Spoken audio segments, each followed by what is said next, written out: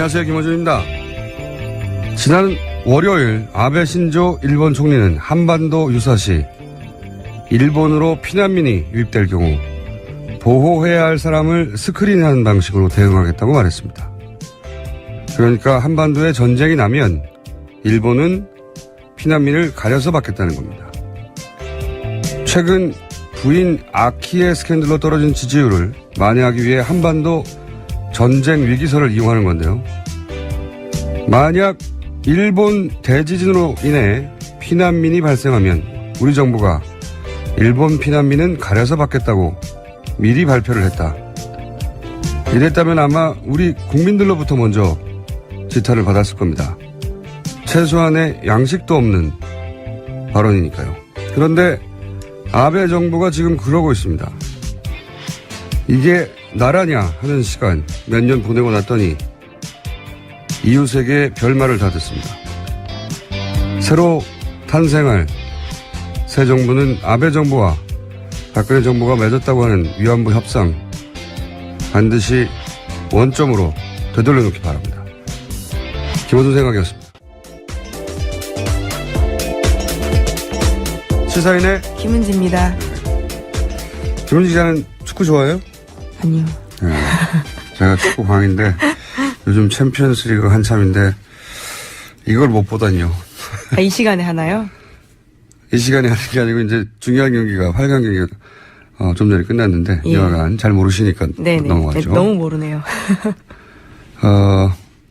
저희가 뉴스공장 처음 시작할 때 이렇게까지 중요한 시사 뉴스들이 매일매일 쏟아지지 않았기 때문에 축구 얘기만 맨날 했거든요.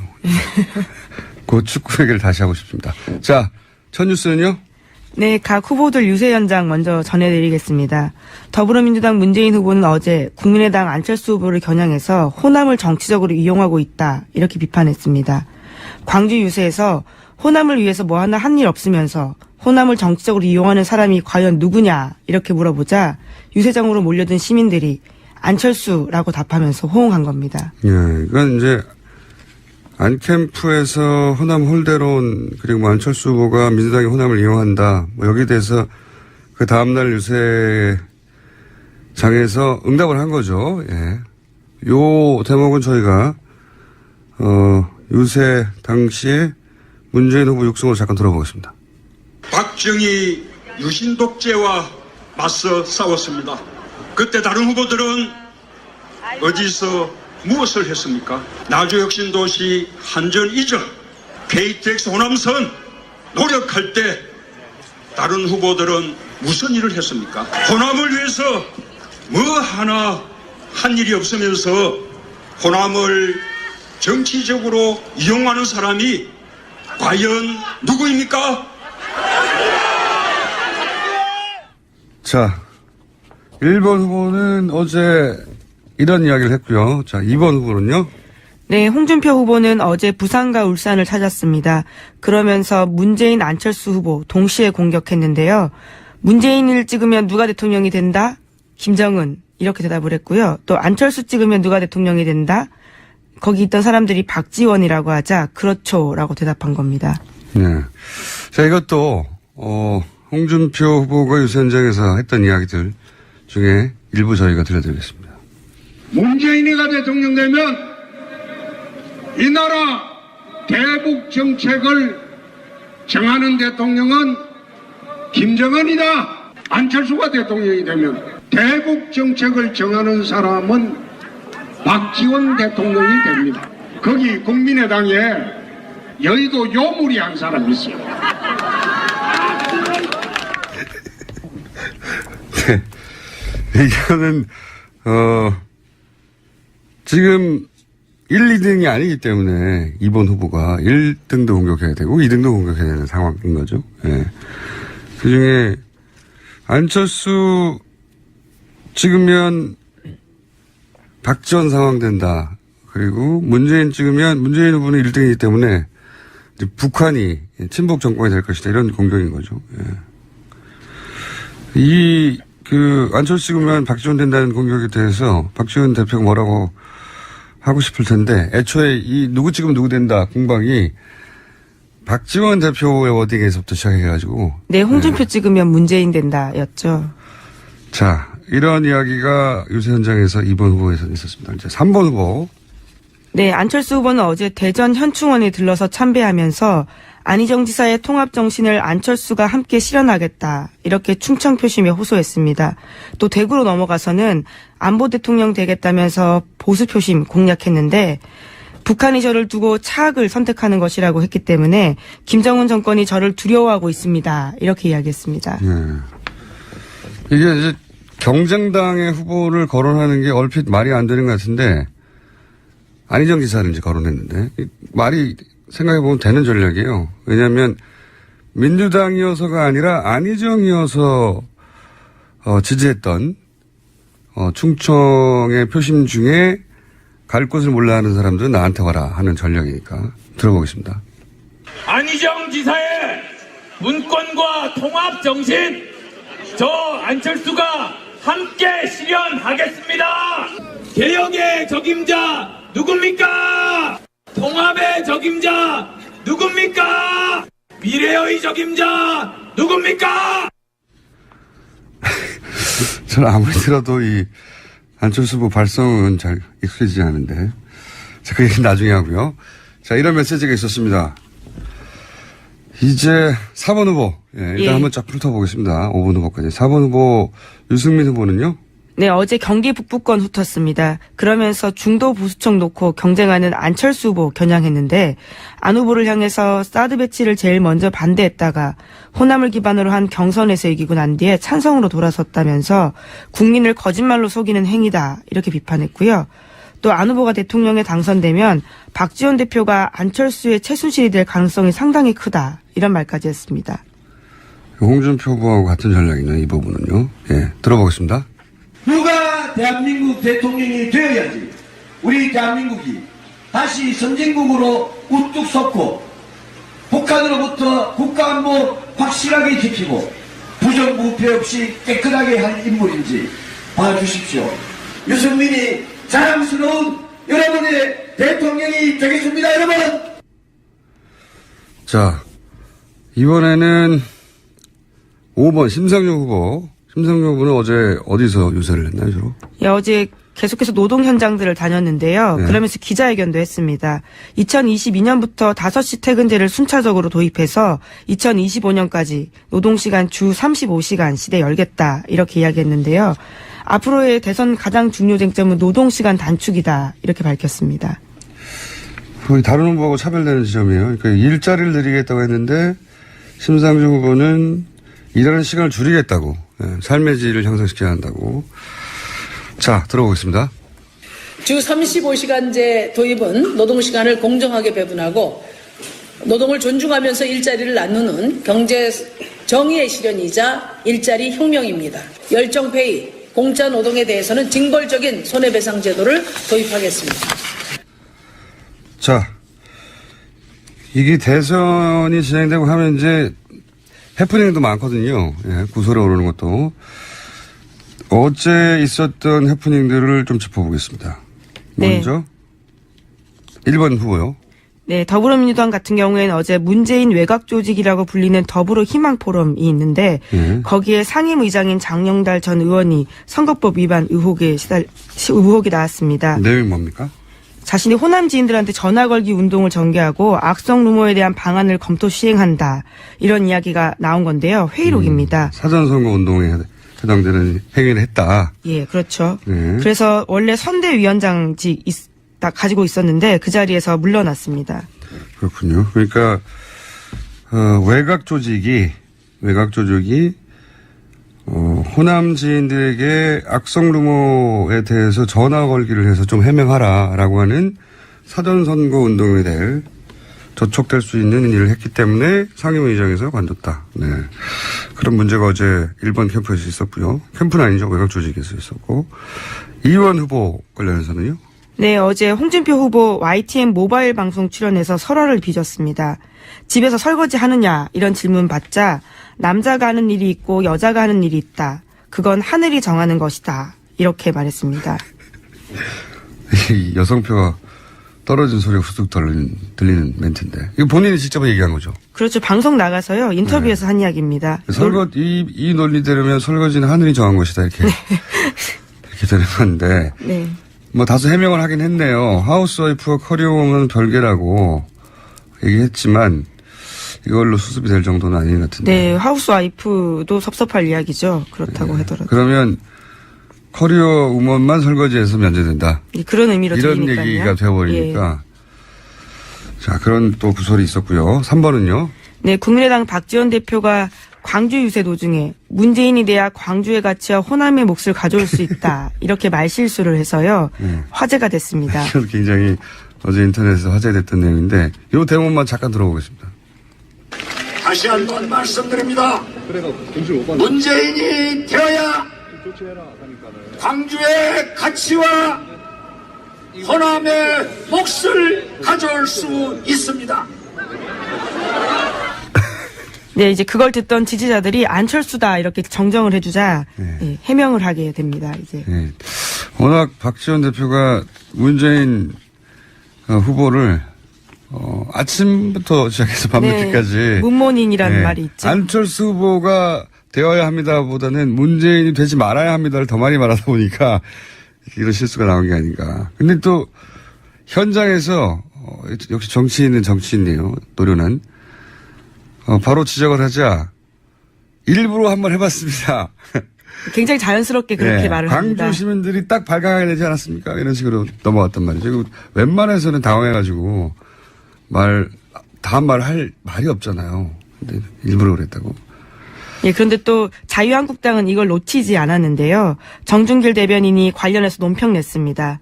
박지원 대표 속마음은 문재인 후보가 당선되면 본가인 민주당으로 다시 들어가려고 하는데 이게 부지불식간에 튀어나왔다. 이렇게 말을 얹은 거죠. 예, 이번 대선은 참 재밌어요. 상대방이 하나가 있는 게 아니기 때문에 다양한 전선이 있습니다. 1타 쌍피 기술을 구현했네요. 정준길 대변인이. 그런 해피닝이 있었고요. 3번. 예, 3번 받아냈습니다. 예, 4번 유승민 후보하고 5번 심상정 후보는 이런 구설수나 없었습니까? 예, 어제 딱히 보이지 않아서요. 찾지를 못했습니다. 이분들이 너무 네거티브를 안 하시네. 어제 나왔던 노회찬 의원이 그런 말을 했어요. 심상정 후보에 대해서 제발 네거티브 좀 해달라고. 예, 제보를 해주시기 바랍니다. 두 후보에 관해서 저희가 구설이나 해프닝을 찾아봤는데 없어서 전해드리지 못했습니다. 자, 뉴스는요? 다음 뉴스는요? 네, 그리고 어제 정책 홍보 사이트 하나가 굉장히 화제가 됐었는데 문재인 1번가입니다. 인터넷 쇼핑몰 구성을 차용해서 개설한 홍보 사이트인데 마치 쇼핑몰 사이트처럼 이 정책을 홍보하게 되는 거죠. 어제는 이제 안철수 후보 포스터가 선거 마케팅의 승리라고 제가 했었는데 이거는 문재인 캠프를 칭찬하지 않을 수가 없네요. 이게 사실 정책 선거 해야 된다고 다들 얘기하지만 세계 어느 나라도 정책으로만 선거 안 하거든요. 사실 학자들이 학술대회 해도 학술만으로 싸우지 않아요. 감정으로 싸우지 중간중간에. 근데 이제 그 재미없는 정책을 하여간 들여다보게 만드는 효과로 여태 이 이상의 툴이 있었나. 제가 보기엔 다른 나라에서도 벤치마킹 할 정도의 굉장히 재밌는 발상이다. 물론 그렇다고 공약이 저절로 좋아지진 않죠. 예, 홍보를 이렇게 하는 건데요. 근데 이제 자기 후보 공약을 알리는 툴로는 여태 이상이 없었던 것 같습니다. 네. 어제는 문재인 후보 캠프 정책 마케팅의 승리네요. 네. 이 화제가 됐었고. 자, 다음 뉴스는요? 네, 오늘 KBS 주간 TV토론 열립니다. 밤 10시부터 12시까지 KBS 1TV를 통해서 120분 동안 생방송으로 진행되는데 이번에는 특히 스탠딩 토론 방식 도입했습니다. 잠시 후보들이 앉아있을 보조의자가 있긴 하지만 30초 인사말 하고 나면 사실상 난상 토론이 이루어집니다. 못 앉죠. 누가 한 사람 앉아봐요. 체력이 저질이라고 공격당할 텐데 그 다음에 그렇게 프레임이 짜져버렸으니까 체력 때문에 안 하려고 하는 거 아니냐고. 사실 중요하지 않은 포인트고 얼마든지 앉아있을 수 있는데 못 앉겠죠 아무도. 아마. 이 토론회가 통상은 지지율에 극적인 영향을 안 미치거든요. 후보가 다 결정 다음에 마지막 순서로 보통 이런 중요한 토론회가 있기 때문에 이미 후보를 결정한 사람들이 감정이입을 한 채 네 편 내 편 나눠서 보니까 크게 영향을 미치지 않는데 이번에는 이제 기간도 짧고 자기가 지지할 후보가 정말로 어떤 후보인지 알 시간이 너무 부족하기 때문에 이 TV 토론회를 자기가 지지할 후보를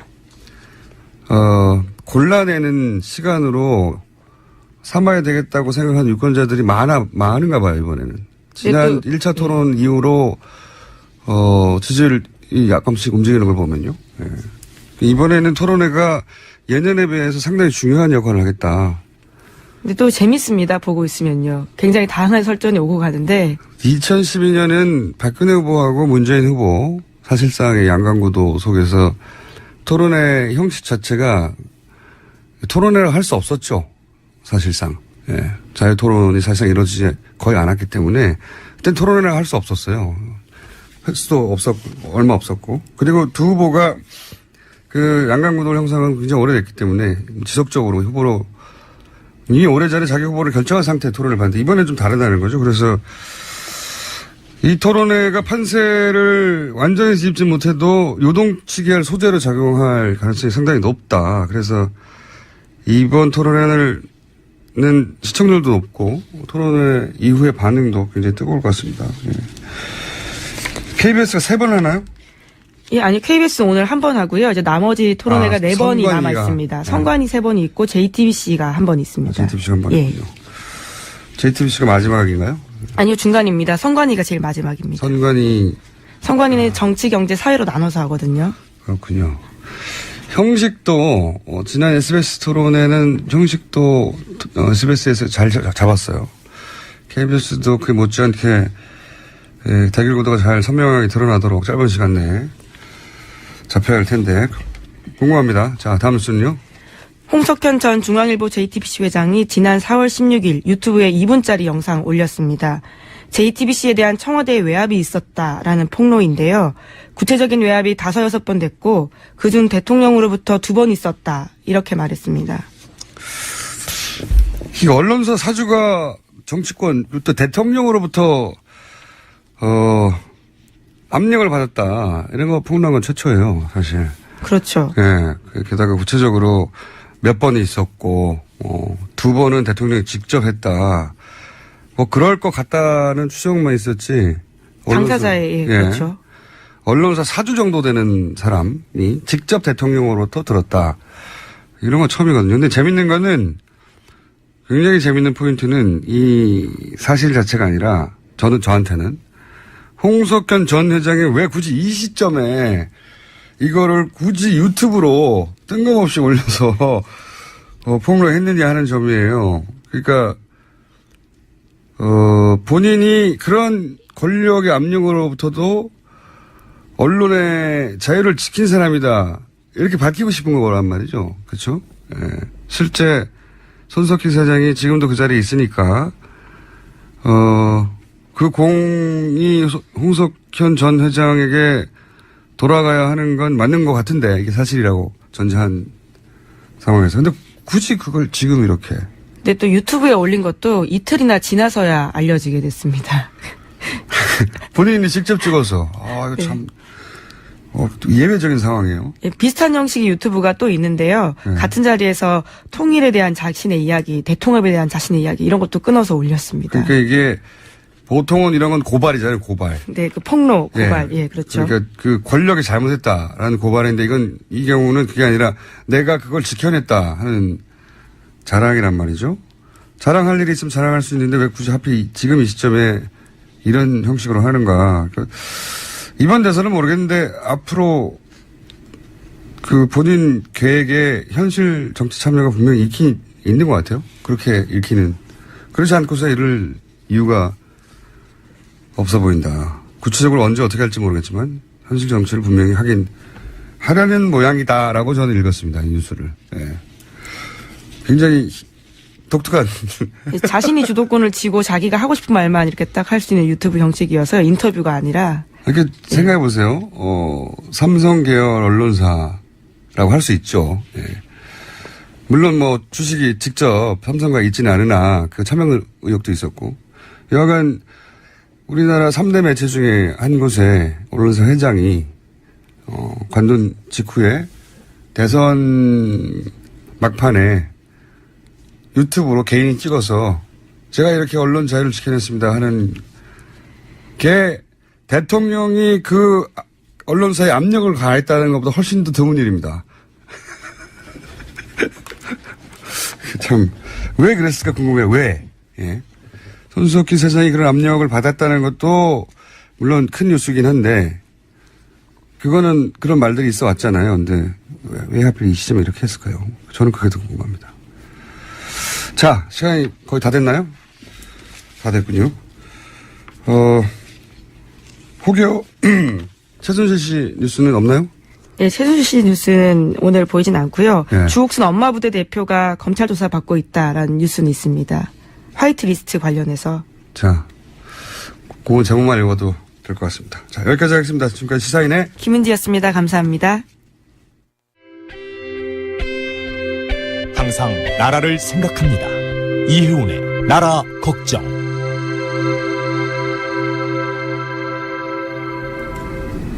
자, 이제 본인 걱정을 할 겨를도 없습니다. 이제 후보 걱정밖에 할 시간이 없는, 바른정당 선대위 종합상황실장입니다. 이혜훈 종합상황실장님 나오셨습니다. 안녕하세요. 안녕하세요. 반갑습니다. 아니, 종합상황실장은 뭐 하는 거예요? 뭐 그냥 관제탑 같은 거예요. 관제탑? 예. 네. 사건 사고 나면 예. 이렇게 대처해야 된다. 뭐 이런 119 방제센터 비슷하기도 하고. 근데 유승민 후보가 사건 사고가 없어요. 저희가 찾아봤는데. 너무 모범생이라 사고를 좀 쳐줬으면 좋겠다고 다들 그러세요. 그러니까 예. 뭐 구설도 올라야 예. 언론에 한 번이라도 더 보도되는데 저희가 찾아봤거든요. 예. 지금 사건 사고를 너무 안 쳐서 조금 사건 사고가 너무 없어요. 네. 종합상황실장이 할 일이 없습니다. 그러니까 상황을 막 이 대선 기간에 그래서 종합상황실장이 사고를 칠까 생각 중이에요. 그거라도 하세요. 그러면 네. 유승민 후보 종합상황실장이 사고를 쳤다라고 유승민 후보가 한 번 더 거론되게. 네. 알겠습니다. 사건 사고가 너무 아니 사실 심상정 후보 쪽에 노회찬 의원도 그래요. 네거티브가 너무 없다 우리 당에. 우리 후보를 좀 네거티브를 해다오. 네거티브 해주세요. 네, 그러니까. 네거티브 플리즈. 유승민 후보에 대해서도 마찬가지로? 아니 뭐 저희는 네거티브를 바라는 건 아닌데 네. 관심을 바라죠. 아니 그러니까 관심이 꼭 좋은 것만 있는 건 아니잖아요. 그러니까 무슨 관심이라도 필요할 때 아닙니까? 근데 저희는요 솔직히 말해서 저도 좀 모범생 컴플렉스가 있는 건지 좋은 관심은 좋은데 네거티브 관심은 노 땡큐예요. 그래요? 네. 네거티브 관심이라도 저는 필요한 때라고 봅니다. 아. 관심이 아직도 선거판에 그런 물이 덜 들었나 봐요, 저도. 인터넷에 유명한 격언이 있지 않습니까? 무풀이 가장 무서운 거라고. 무풀이 무서워. 자, 그리고 아예 무풀은 아니에요. 당 내에서 네거티브가 나와요. 당 내에서. 네, 맞습니다. 이종구 선대부본부장, 게다가 선대본부라는 게 결국 후보를 당선시키자고 하는 건데, 부위원장인가요? 부본부장인가요? 부위원장. 예, 부위원장. 부본부장보다 훨씬 높은 겁니다. 그래요? 최고 높은 거예요. 그러니까 유승민 후보를 당선시키는 책임을 진 최일선에 서 계신 분이 후보가 등록하자마자 사퇴하고 안철수 후보를 지지 선언해야 된다 이런 맥락의 말을 했잖아요. 보도가 크게 됐어요. 제가 뭐 정치 연륜이 길지는 않지만 하여튼 제 머리 털나고 듣도 보도 못한 아주 저질 총질이에요. 저질. 같은 당에 있으면서 저질 총질이라고. 아니 근데 이거는 바른정당을 지지하지 않는 분들조차도 이건 첫날부터 이런 얘기를 하는 건 심하지 않나? 다들 좀 이건 너무하다. 정말 해도 해도 너무하다. 굉장히 그 문자 폭탄이 거의 오고 있어요. 이종구 의원에게요? 아니면은 바른당 모든 의원들에게? 이종구 의원을 저대로 왜 두느냐. 바른정당의 지지자들로부터. 바른정당 자기 지지자 아니라고 하는 문자들도 있어요. 하지만 이건 좀 너무하지 않냐. 그렇죠. 이거는 뭐 지지 후보하고 상관없이 이건 너무 결례인데 자기 후보에 대해서. 네. 첫날부터? 네. 당내에서 분위기는 어땠어요? 이 말 보도된 직후에. 당내에서 이제 막 진화에 나서죠. 네. 어제도 보면은 정병국 우리 초대 대표 아니에요, 네. 당 대표. 그리고 이제 선대위원장이시잖아요. 네. 그 선대위원장이 나서가지고 이거는 안 된다. 이건 말이 안 되죠. 네. 그다음에 심지어 이제 김무성 의원까지 어제 나서서 진화를 한 걸로 그렇게 알고 있습니다. 진화가 되나요, 근데? 이미 말은 나와버렸는데. 그러니까 이제 이런 일 하지 말고 열심히 잘해보자. 이런 거죠.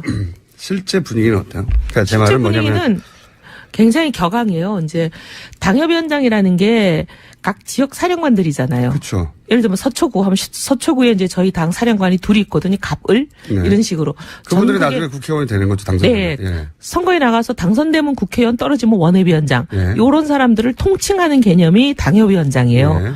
거의 한 전국에 253개 정도의 선거구가 있어요. 예. 그 정도 숫자가 있잖아요. 네. 그분들이 이제 단톡방 비슷한 게 있어요. 예. 톡방이. 예. 톡방에 뭐 아주 그냥 난리 났죠. 성토가. 거의 뭐 폭탄 터진 거죠.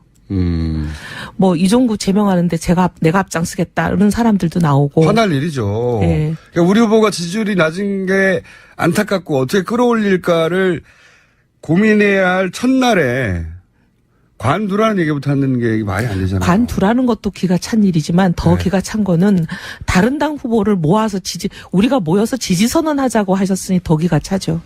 구체적으로 그렇게까지 얘기했어요? 안철수 후보를 자유당 의원들까지 합해서 100명 정도 지지 선언을 해야 된다. 국민의당에서 신문분 아닌가요? 이 정도 그러니까 되면은? 국회의원 100명이면은 3분의 1이거든요. 그러니까 바른당 더하기 자유당 더하기 그러니까 당 국민의당 차원에서 해가지고. 안 되면 네. 자유한국당의 일부, 바른정당의 일부 100명 모아서 그 100명이 안철수 후보 지지선을 해야 한다라고 발언을 했어요? 라고 했다고 보도에 나오던데요. 제가 그 발언을 직접 들은 건 아니지만 뉴스에 그렇게 나와요. 이게 쉽게 할 수 있는 말이 결코 아닌데요. 정말 이런 말은 처음 들어봤어요. 중국하고 한국하고 축구 경기가 열렸는데 갑자기 우리 팀 주장이 나서가지고 야 우리 모두 다 같이 중국 선수가 골 잘 넣게 다 도와주자. 네. 이 얘기 아니에요? 그 정도보다 더 심해요. 예, 그 정말 어이가 우리 없는- 선수들을 다 빼자. 다 빼자.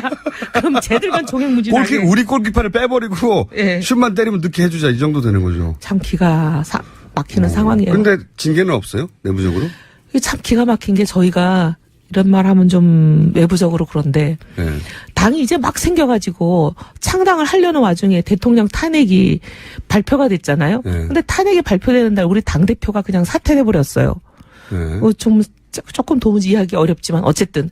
근데 이게 집단 지도 체제다 보니까 당대표가 사퇴하면 최고위가 전체 지도부가 사퇴가 되는 거거든요. 당시 정명국 대표가 왜 사퇴를 했어요? 정말 지금도 저는 미스테리예요. 저희들은 그 이거 액션- 언젠가 그러니까 진상조사규명위원회가 열려야 된다고 생각해요. 그분이 사퇴하고 아마 외부에서 뭐 어떤 중요한 인사가 들어오나 보다 이렇게 생각하고 있었거든요. 외부 인사 들어와서 당 잘 되는 거 본 적이 없습니다. 근데 어쨌든 예. 그렇게 되는 바람에 갑자기 지도부가 없어지는 바람에 저희가 이제 윤리위원장을 임명도 하기 전에 이제 그렇게 지도부가 없어지는 바람에 윤리위원장이 없어요? 징계할 수 있는. 아, 징계 주체가 없구나. 이게 저희의 상당히 지금 아픈 구석입니다. 징계위에 어디 회부를 해야 되는데. 아니 이 정도면은 상당한 징계감이 되는 거거든요. 우리가 옛날에 어떤 일이 있었냐면요. 그때 한나라당 시절이죠. 한나라당 시절에 윤리위는 어떤 일까지 했냐면 조그만 군의원 선거, 저기 이제 경남 서부 경남 지역에 밀양 창녕 이쪽에 군의원 선거에 당시 김용갑 의원님께서 무소속으로 출마한 후보에게 덕담했다고. 네. 그러니까 무소속 뭐 우리 당 후보가 아니잖아요. 우리 당 공천을 받은 후보가 있는데 무소속 후보에게 덕담했다고.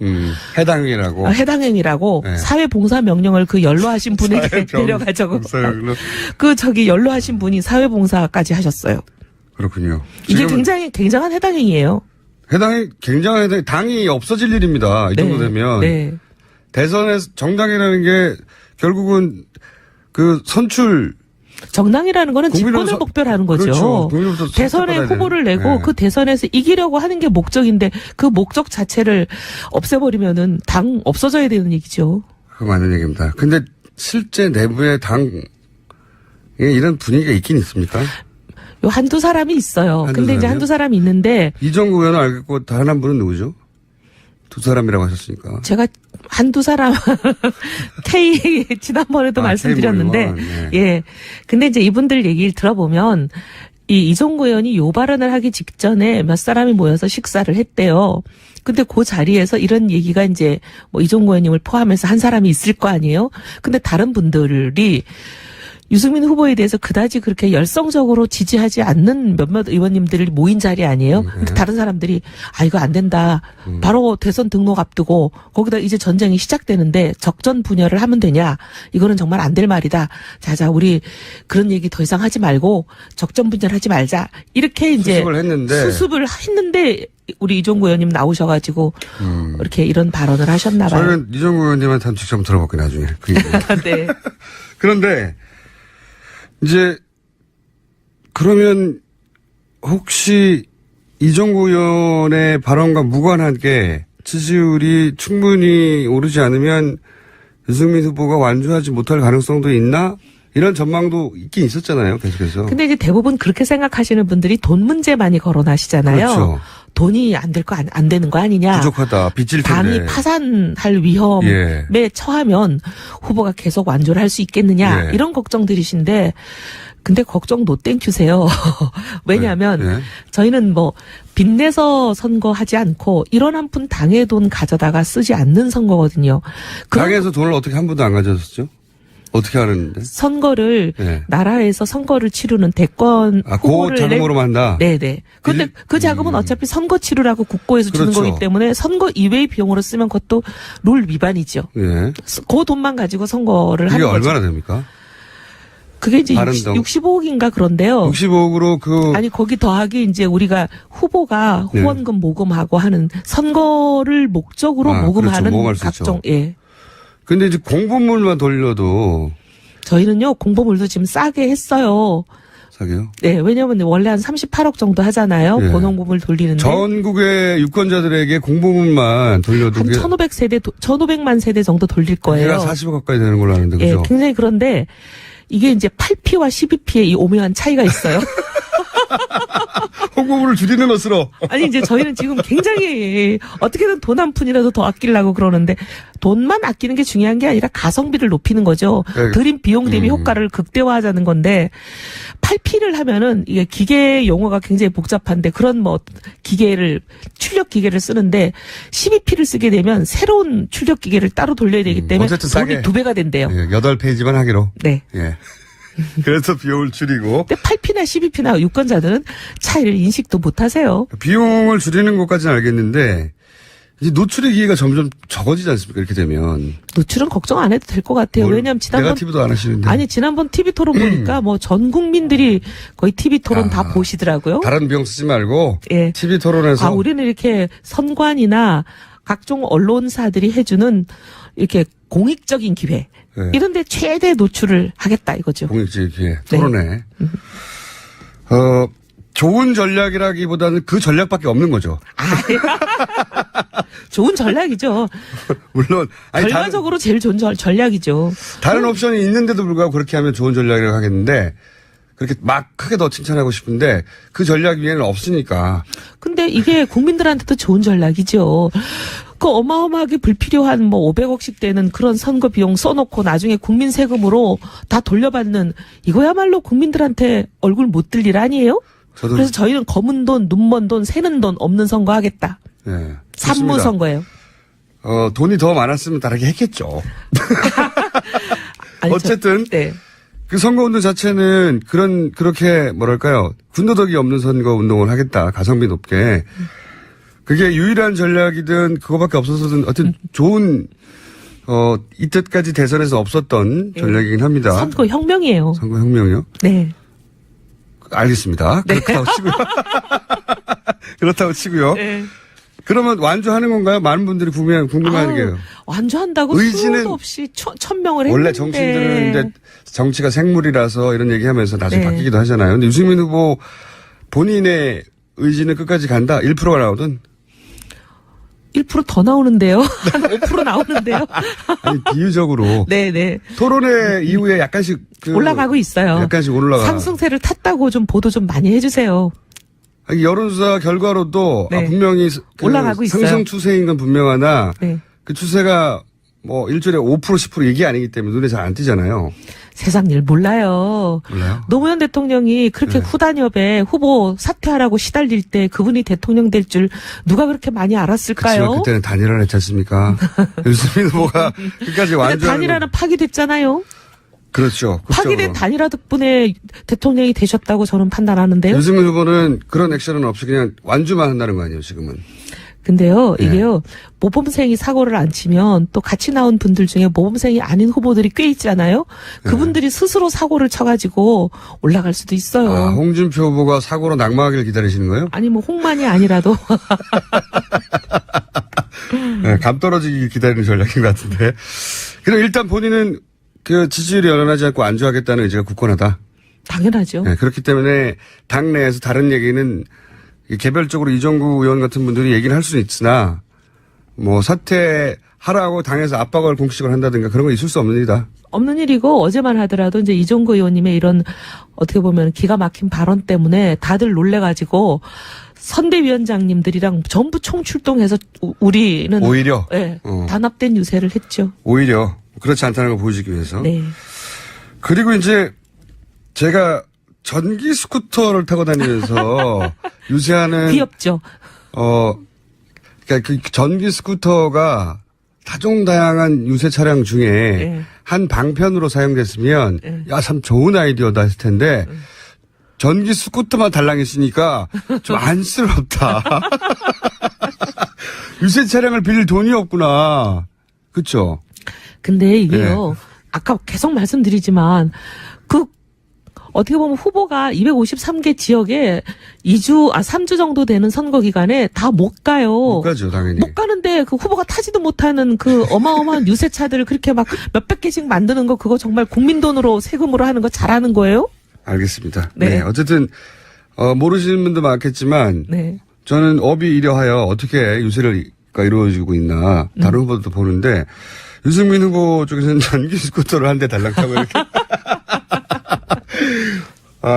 재밌었어요, 근데. 그래도 뭐 이목도 끌고 그다음에 국민들도 신선하게 느끼시고 그리고 이게 이제 골목골목을 잘 다닐 수 있거든요. 맞습니다. 그 대형 유해차는 그 사람도 별로 없는 어마어마한 그 8차선 뭐 이런 도로에만 서 있을 수밖에 시끄럽기도 없지만 하고요. 예. 근데 네. 이거는 전기 스쿠터는 첫째 시끄럽지도 않아요. 소리도 안 나요. 조용히 다니면서 그 시장 골목골목을 다 다니면서 맞다, 모든 맞다. 국민을 다 만날 수 있어요. 맞다, 얼마나 맞다. 좋은데요. 네. 그래도 짠하긴 했어요. 짠하면 표를 좀 주셔요. 이 전략이 충분히 노출되고 알려지기만 하면 저는 그 표 중에 가장 무서운 표가 짠한 사람한테 주는 표잖아요. 그리고 이제 저희 지금 자전거 유세단도 하거든요. 너무 친환경적인 거 아니에요? 친환경이 나쁜 거예요? 아니, 좋은 거죠. 네. 보통은 유럽의 녹색당 같은 데서 하는 전략을. 보수당이 친환경 이렇게 캠페인을 하는 거는 많이 보도해 주세요. 아니, 보도할 내용이라고 봅니다. 네. 자꾸 말씀드리지만 다른 선택이 있는데도 불구하고 그렇게 했을 때 크게 보도됐을 텐데 그거밖에 없어서 그걸 한 것 같아가지고. 자, 이건 또 어떻습니까? 그럼 이제 완주하겠다는 의지는 충분히 알겠고요. 토론회가 끝나고 나서 당내에 분위기가 좀 업됐을 거 아니에요. 유승민 후보 잘한다고. 네. 예? 근데 뭐 저희는 워낙 알고 있었으니까 별로 뭐 새로운 뉴스가 아니에요. 네, 약간 거만해지네요. 대목에서. 그러면 지난 토론회에 그 국민의당이 아니죠. 바른정당 내부의 평가는 어땠어요? 전략을 이렇게 잡아가야 되겠다. 뭐 그 감독 밀박이 있었을 거 아닙니까? 그게 가장 큰 유세인데 지금 보니까. 네, 저희로서는 굉장히 이제 국민들에게 노출될 수 있는 어떻게 보면 최대의 기회거든요. 네. 그래서 이 기회를 많이 10분 활용하자. 네. 그래서 토론에서 후보가 좀 더 본인의 실력과 능력을 보일 수 있는 여러 가지 방법을 고민해보자. 이런 식인데 다행히 선관위가 그동안 저희들이 늘 주장했던 스탠딩 토론 받아들여 주셨는데 이 스탠딩 토론이 아무래도 후보의 실력 차가 극명하게 날 수 있는 부분이잖아요. 근데 다른 후보들은 처음 해보시는 건지 모르겠지만 저희는 잘 아시다시피 우리 경선 토론을 다 이걸로 했잖아요. 그때 그 남경필 후보. 그 봤거든요. 네. 재밌었어요. 토론회 굉장히. 네, 남경필 후보 훌륭한 후보예요. 남경필 후보와 유승민 후보의 토론회는 그냥 심심할 때 한번 보세요. 우리나라 경선 사상 이렇게 재밌게 토론회가 이루어진 건 저희가 토론혁명, 선거혁명 한다니까요. 근데 아무도 안 봐서 문제지만 그 토론은 서로 넥타이 딱 풀고 일어서가지고 네, 계속 서서? 미국의 대선 후보들이 마지막에 하는 토론처럼 했어요. 네. 근데 내용도 재밌었고 네. 굉장히 밀도 있는 토론이었는데 아무도 안 봤어요. 근데 이제 오늘 저녁이죠? 오늘 저녁은 온 국민이 보실 거예요. 알겠습니다. 누가 옆에 써준 대로만 읽어왔는지, 누가 자기 타겟이 생각으로 어딥니까? 1번 타겟이? 다 아실 텐데 그러세요. 모릅니다, 저는. 보수 적통 싸움이잖아요. 1번 타겟은 그러면 홍준표 후보가 되는 것이고. 아니, 저는 이게 이제 타겟이라기보다는 진실을 규명하는 게 중요하다고 생각해요. 국민들이 정확하게 알아야 판단하시니까. 근데 본인의 표는, 그러니까 바른정당의 표는 지금, 자유한국당에도 가 있지만 더 많은 포션이 국민의당에 가 있는 거 아닙니까? 둘 다 예. 진실을 밝히는 게 중요하다고 생각하는데 홍 후보는 사실 탄핵이 오게 만든 어떻게 보면 그 친박 세력들 그 사람들과 같이 한 편이 돼서 권력에 겹불을 쬐 사람이거든요. 겹불을 쬐다? 그랬죠. 예. 공천 한번 떨어진 적 없고 어디 한번 뭐 핍박 받은 적이 있습니까? 그건 그리고 사실 제가 보기에는 홍준표 후보를 지지하기 위해서 하는 발언이 아니라 그럴 리는 없잖아요. 덕본 건 없죠. 이번 정권 안에서. 아니, 홍준표 그렇지만 후보도. 피해본 것도 없어요. 공천 다 받았죠. 언제 한번 공천 못 받은 적 있어요? 거기다가 박완수라는 사람으로 이미 내정돼 있던 그 경남지사 보궐선거에서 그분을 그냥 날려버리고 공천을 내리 꽂아주는 그런 특혜까지 받았는데 그게 왜 겹불 짠 게 없어요? 자기 힘으로 제가 됐다고 보긴 하는데 아이, 상당 정도. 공천은 그렇지 않죠. 선거는 알겠습니다. 몰라도. 어쨌든. 예. 그러니까 이제 그렇게 바라보시고 있고. 홍 후보 경우에는 권력이 시퍼럴 때 잘못 가면 잘못이라고 얘기하는 게 의인이지 그게 배신이 아니잖아요.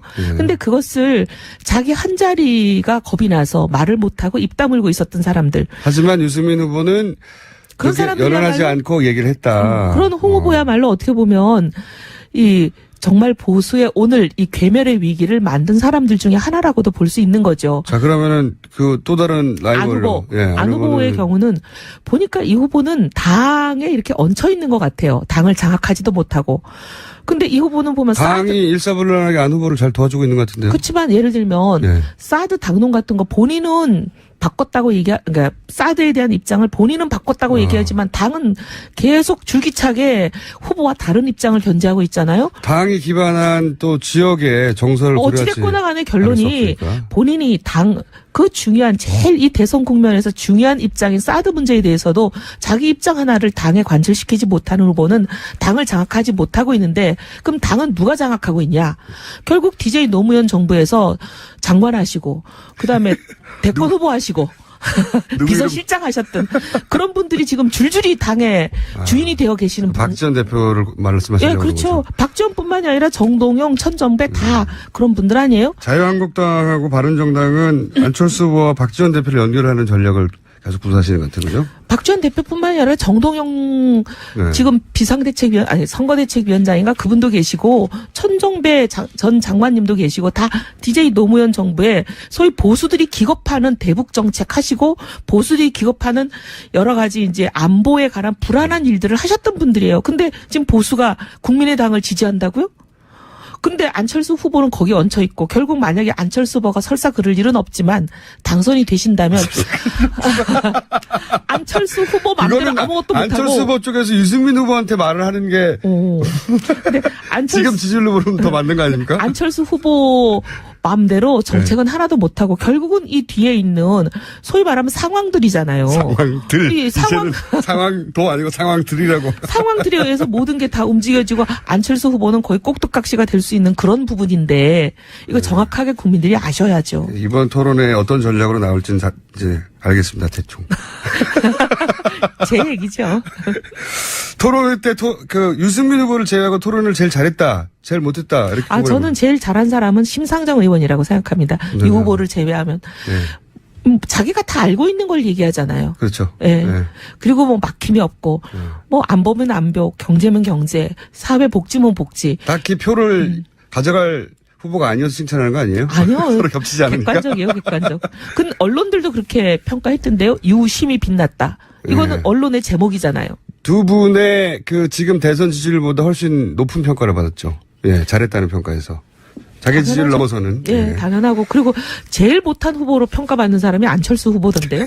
심지어 언론의 제목에 보니까 이렇더라고요. 유승민 압승하고 안철수 이대로는 곤란해. 그런 제목들도 있었어요. 아니, 그럼 개인적으로 보시기는 어땠어요? 안철수 후보는 좀 더 공부 많이 하셨으면 좋겠어요. 공부의 문제가 아니라 전달의 문제였지 않았을까요? 아이, 전달이 안 되는 거하고요. 모르는 거하고는 그 정도 볼 수 있는 눈은 있습니다. 저도. 예, 모른다고 보셨다고요? 예. 그 점점 안철수 후보를 향한 공격이 수위를 높여가네요.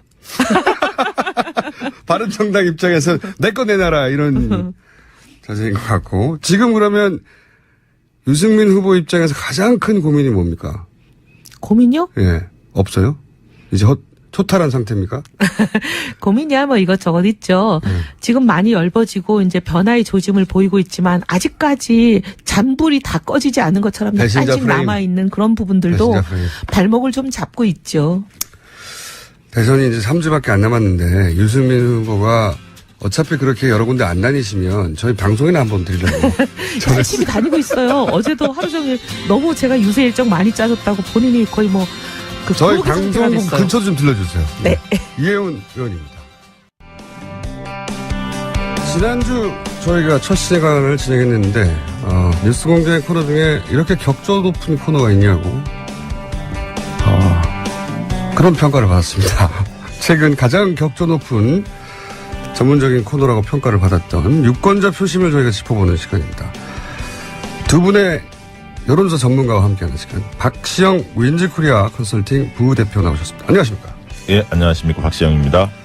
이상일 아젠다센터의 대표 나오셨습니다. 안녕하십니까? 네, 안녕하세요. 네. 그 뉴스공장에 두 분이 처음 나오셨는데 방송 직후에 혹시 주변에서 어떤 잘했다 못했다 평가는 못 받으셨어요? 저는 개인적으로 얼굴이 안 나오는 라디오가 훨씬 낫다라는 평가를 받았어요. 내용에 대해서는 뭐 예리했다든가 아니면 잘했다든가 혹은 뭐 진행자가 어떻다느냐 아니면 네, 뭐 저는 그래서 굉장히 반응들이 좀 여러 명 예. 굉장히 많았어요. 세 분이 반응을 주셨는데 저는 이제 김어준 씨가 생각하는 예. 대선 전망 이런 걸 저한테 좀 물어볼 줄 알았더니 예. 단골 고깃집을 꼭 알아봐달라는 그런 부탁이 있었습니다. 그렇군요. 저 뉴스공장과 어울리지 않을 정도로 격조가 높았다고 항의가 있었어요. 저기 박시영 부대표님은 뭐 반응 없었나요 주변에서? 아니 보니까 뭐 페이스북 보니까 예, 잘 봤다. 예, 흥미롭다. 뭐 앞으로 기대된다. 뭐 이런 반응들이 좀 있더라고요. 예. 아무 반응도 없는 것과 마찬가지입니다. 고깃집 반응 이런 거 좋습니다. 자, 두 부분의 완전히까지는 아니지만 분석 방법도 좀 다르고 보시는 시각도 다른 두 분의 전문가로부터 얘기를 좀 들어볼까 이번 주도 하는데 우선 가장 먼저 제가 여쭤보고 싶은 게 지난 이제 주말 정도의 여론조사가 지난 한 주간에 많은 일들이 있었잖아요. 네. 뭐 TV 토론도 있고 또 강 후보 간에 공방도 있고 여러 가지 그러다 보니까 이제 지난 한 주의 여론 추이가 어땠는지 다들 궁금해했고 그래서 뭐 금토일 연속으로 여러 여론조사가 발표가 됐어요. 네. 근데 이제 수치가 중요한 게 아니라 몇 개의 여론조사는 이게 차이가 조금 벌어지고 있구나. 막 좁혀져 가다가 그런 추세가 처음으로 나타났구나 생각했는데 갑자기 또 한두 개의 여론조사는 거꾸로 붙는 또 결과도 나왔어요. 추세가 숫자는 뭐 그렇다 치더라도 추세가 정반대로 나온 건 어떻게 봐야 되는 겁니까 이거? 네, 뭐 대체적으로 보면 지난주까지의 조사 결과를 보면 전화 면접 조사로 한 언론사 조사 결과는 평균 뭐 5% 내외에서 이 문재인 후보가 오차 범위 내에서 우세한 것들이 많이 나왔죠. 네. 그리고 이제 ARS 조사의 경우에는 무선 비중이 많을 때는 7에서 한 10%까지 네. 격차 좀 더 벌어지는 조사들이 많이 나왔습니다. 그러니까 무선이 문 후보에게 좀 유리한 경향은 계속 보이는 것 같아요. 네, 왜 그러냐면 실제로 우리가 여론조사를 할 때 직업 쿼터를 주지는 않습니다. 그러니까 예를 들면 여성이라 하더라도 30대 여성을 잡을 때 40대 여성을 잡을 때 가정주부냐 직장 여성이냐 차이가 있거든요. 그렇겠죠. 그런데 그 부분은 우리가 잡지는 않습니다. 아하. 때문에 문 후보 같은 경우는 조사를 해보면 여성층에서 안 후보에 비해서 안철수 후보에 비해서 우위에 있습니다. 우위에 있는데 가정주부만 대상을 놓고 보면 가정주부에서는 오히려 안 후보가 우위에 있거든요. 왜 그러냐면 50대 60대 가정주부님들은 문재인 후보보다 안철수 후보를 더 지지하는 성향이 뚜렷합니다. 그렇군요. 그런데 여성 전체로 보면 40대, 30대, 20대에서는 문 후보가 앞서고 있고 특히 직장 여성에서는 상당히 많이 앞서고 있습니다. 때문에 직장 여성을 적정한 비율로 잡아줘야 하는데 그게 낮 시간대 유선 전화, 집 전화를 하면 잡히지 않겠죠. 그러니까 그렇기 때문에 나이 코트만 있기 때문에 나이 코트 그러니까 30대 여성 중에서도 예를 들어서 커리어 어머니냐 아니면 가정주부냐 그러니까 직업으로 분류하자면 유불리가 다 나뉘는데 유선을 많이 하게 되면은 아무래도 가정주부가 많이 잡혀서 그런 경향성이 나오게 된다. 네. 그 30대, 40대 가정주부에서도 문재인 후보가 앞서긴 합니다만 직장 여성들은 좀 더 차이가 벌어지는 것으로 저희는 보고 있고요. 그다음에 이제 화이트 칼라 같은 경우도 그렇죠. 화이트 칼라 같은 경우가 적어도 30% 이상은 표집이 돼야 정상적인데 예를 들면 1000명 조사하면 300명 이상은 잡혀야 정상적인데 실질적으로 낮 시간에 그 유선 전화, 집 전화를 중심으로 조사를 하면 그렇게 잡히지 않습니다. 밤에 오니까 귀가를 하기 때문에 무선 조사를 많이 하거나 아니면 그 낮 시간보다는 밤 시간대 조사를 많이 해줘야만이 화이트 칼라가 제대로 잡히는데 어제 발표된 YTN 조사의 경우에도 화이트 칼라 표집이 굉장히 적게 잡혔거든요. 그러니까 그럴 경우에 여론조사기관들이 그걸 보정하는 그건 이제 그럴 수는 없습니다. 직업에 대해서는 보정을 하지는 않습니다. 그러니까 성과 연령과 지역에 대해서는 보정을 하지만 직업에 대해서는 보정을 하지 않거든요. 그러니까 그런 부분들이 디테일하게 들여다보면 좀 전문가들은 볼 수가 있지만 일반 대중들이 볼 때는 숫자 모으니까요. 유무선 비율 말고 또 한 가지 차이가 좀 보이는 부분이 뭐냐면 면접원이 전화를 걸어서 조사하는 방법하고 그다음에 이제 자동 응답을 해서 보통 ARS라고 보통 표현하죠. 이렇게 응답자가 버튼을 누르는 방식 사이 차이가 좀 보이는데요. 저 이제 지난 한 주간 조사들 보면은 아주 공통되진 않지만 면접원 조사인 경우에 그 문재인 후보와 안철수 후보의 격차가 좀 적게 잡히는 편이고 한 3에서 5% 정도. 그건 왜 그렇습니까? 이제 그 부분 ARS 조사에서 격차가 좀 더 많이 나는 걸로 좀 나타나고 있는데 저는 이 부분은 그런 생각이 좀 들어요. 이게 여론조사를 통한 어떤 안철수 바람 이런 현상이 굉장히 논란이 되고. 여론조사가 바람을 거꾸로 만들어냈다. 그러면서 이제 이 여론조사에 대한 관심이 최근에 굉장히 크게 높아졌고요. 그러면서 이게 ARS 조사의 경우에는 아무래도 본인들이 좀 이렇게 관여도가 있는 관심이 있는 분들이 많이 응답을 하거든요. 그러다 보니까 무응답 자체가 굉장히 적고 자기 후보를 확실히 찍어주려고 하는 그리고 강한 지지층이 많은 후보한테 조금 더 유리한 결과가 나올 수 있습니다. 그래서 이 문재인 후보 쪽이 좀 더 높게 잡히는 현상도 좀 있는 게 아닌가. 그러니까 오히려 거꾸로 과잉으로 잡혔다고 해석할 수 있는 거네요. 그런 거. 큰 부분은 아니지만 격차가 조금 더 벌어지는 그리고 이제 문재인 후보 지지율이 과거에 비해서 훨씬 높게 나타나는 결과도 몇 가지 있습니다. 40% 중반대까지 올라간 조사 이런 조사들을 보면 그런 현상도 일부는 개입된 게 아닌가 그런 생각 좀 듭니다. 그러니까 무슨 ARS가 많으면 자기 지지하는 후보를 확실하게 지지한다고 표시하려고 하는 그런 욕구가 강한 사람일수록 더 많이 응해서 예를 들어 문재인 후보의 표 결속력이 더 강하다고 하니까 그래서 더 많이 응해서 그런 것이다. 네, 그렇게 지금 이상일 대표 말씀하시는 게 일리가 있습니다. 일리가 있는데요.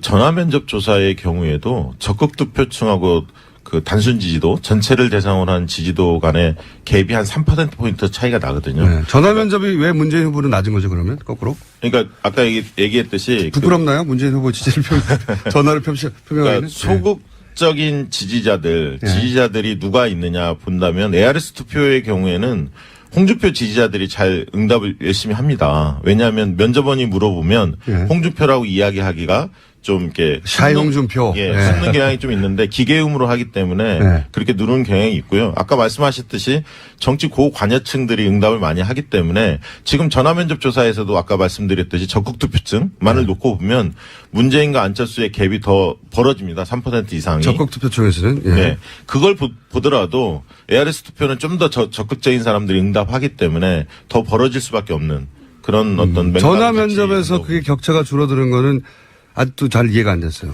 줄어들었다기보다는 ARS 조사가 훨씬 그 격차를 크게 벌리는 효과를 나타내는 거죠. 그게 벌어진 거다. 그리고 이제 어느 후보를 지지하냐는 응답에서 그 소위 말하는 무응답증, 부동층 굉장히 적게 잡히거든요. 한 자릿수 이내 잡힌 조사도 많고 ARS 조사의 경우에는. 근데 이제 이 면접원이 진행하는 조사에서는 보통 10% 중반대나 20%까지 아직도 부동층이 잡히는데 그런 차이들이 아마 ARS 조사에서 좀 더 각 후보 지지자들이 적극적으로 참여하면서 지지율 자체가 좀 약간 과포장되거나 내지는 부동층을 굉장히 줄이는 효과가 있어서 좀 격차가 벌어져 있는 게 아닌가 싶어요. 실제 아마 표심은 전화면접 조사하고 ARS 조사 거의 중간 정도 있지 않나 저는 그렇게 보고 있습니다. 그럼 5대5로 해야 되나요? 어떻게 해야 되나요? 아니 그게 아니라 해석을 하실 때 저는 뭐 예를 들면 지금 당장 오늘 투표라면 약 한 7%포인트 정도는 문재인 후보가 앞서 있는 거 아닌가. 평균으로 볼 때. 평균으로 볼 때. 그런 느낌이 듭니다. 그래서 이게 사실은 이제 좀 방법론에 대한 차이를 가지고 굉장히 계속 관심이 있지만 여론조사가 사실 굉장히 많이 발표가 되거든요. 그래서 그렇죠. 이런 경우에 이제 후보 등록이 지난 주말에 있었는데 대선 후보 그 전 일주일 전에 그 안철수 후보가 급등하면서 과연 이제 골든 크로스가 일어날 것이냐. 그렇죠. 이게 지난주에 관심사였죠. 최대 관심사였죠. 그 골든 크로스가 일어났다라는 것을 우리가 확증할 정도라고 할 때는 뭐냐면 후보 등록 시점 내지는 그 직후에 발표된 대부분의 여론조사에서 안철수 후보가 어떤 구도든 승리하는 걸로 나타날 때 이럴 때 우리가 이게 일어났다 이렇게 좀 판정을 하는데요.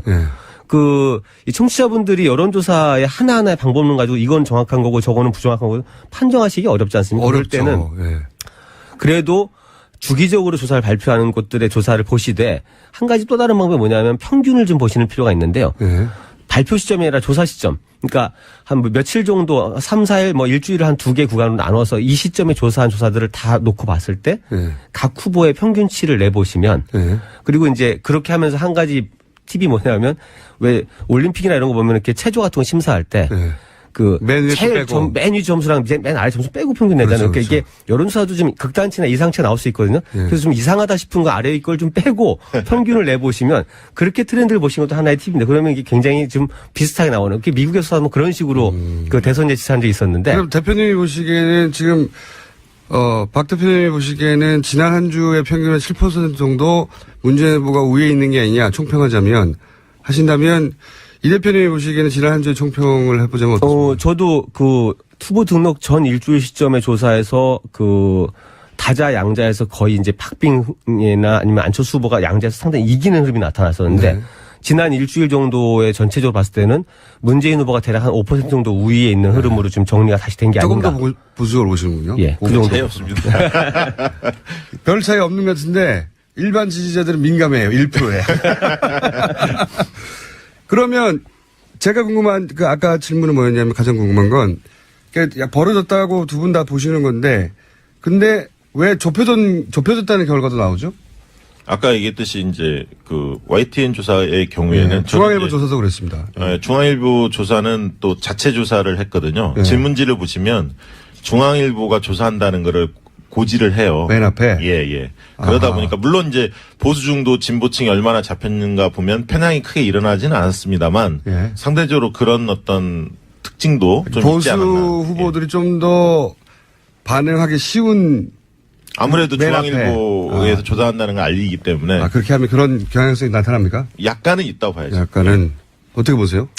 저도 그게 조사 주체에 대해서까지도 좀 민감하게 반응하는 게 최근의 트렌드인 것 같아요. 그래서 그렇구나. 이 정당명이나 후보명의를 넣었을 때 우리가 그게 분명히 주는 효과가 있거든요. 이게 어느 정당이 조사하는구나라고 하면 그 정당 지지층이 좀 더 편하게 응답할 수 있는. 예를 들어서 민주당의 여론조사를 민주당 지지층들이 좀 더 적극적으로. 근데 이게 언론에 대해서까지도 어느 정도는 뭐 다수는 아닙니다만 일부 좀 민감한 분들은 그 언론에 대해서도 좀 어느 뭐 정치적으로 뭐 보수다. 아니면 진보다 이렇게 좀 편을 좀 갈라서 보시는 분들이 있기 때문에 예를 들어서 진보 지지층들이 조중동 전화오면 끊어버린다. 예를 들어서 많이 다 그렇지는 않겠죠. 그렇지는 않지만 그런 효과도 조금 영향을 줄 수 있다.